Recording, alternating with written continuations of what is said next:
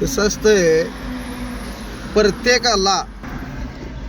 प्रत्येकाला तुम्ही चान्स देत आला असा.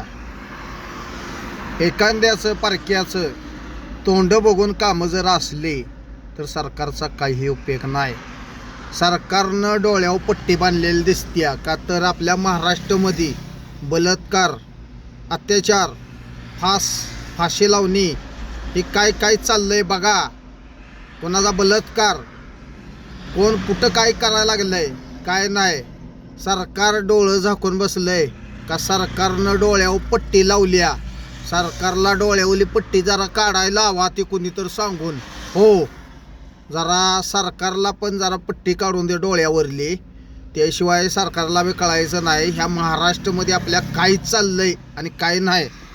का तर मालेगावमध्ये जे घडलेलं आहे या माणसासने न्याय मिळाला पाहिजे बरं का, लेडीजला त्या.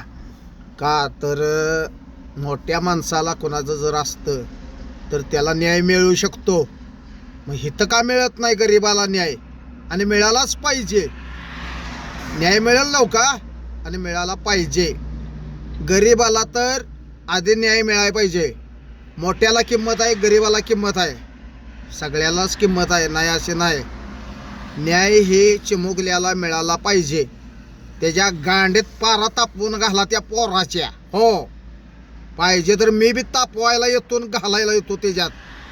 हो, पारच घालतो त्याच्या गांडीत, सोडित नाही. तेव्हा मला एवढंच म्हणायचं आहे की न्याय मिळाला पाहिजे त्या चिमुकल्या बाळाला काय, आणि त्या पोराला फाशीची शिक्षा झाली पाहिजे. आज बलात्कार लहान मुलावनं करतंय काय, लहान मुलावनं बलात्कार करतंय, उद्या दुसऱ्यावर करणार नाही कशावरनं. त्यामुळं त्याला राहण्याचा अधिकार नाही, त्याला खलास करून टाका पाक. ही कीडच गावात ठेवायची नाही, काढूनच टाकायची. त्या पोराला खलास करा, एवढंच आम्हाला म्हणायचं आहे. जय हिंद, जय महाराष्ट्र. महाराष्ट्रामध्ये आपल्या काही चाललंय ही सरकारनं डोळ्यावरली पट्टी काढून दे आणि बघून दे डोळ्यानं जरा काय चाललंय. न्याय हे मिळाला पाहिजे.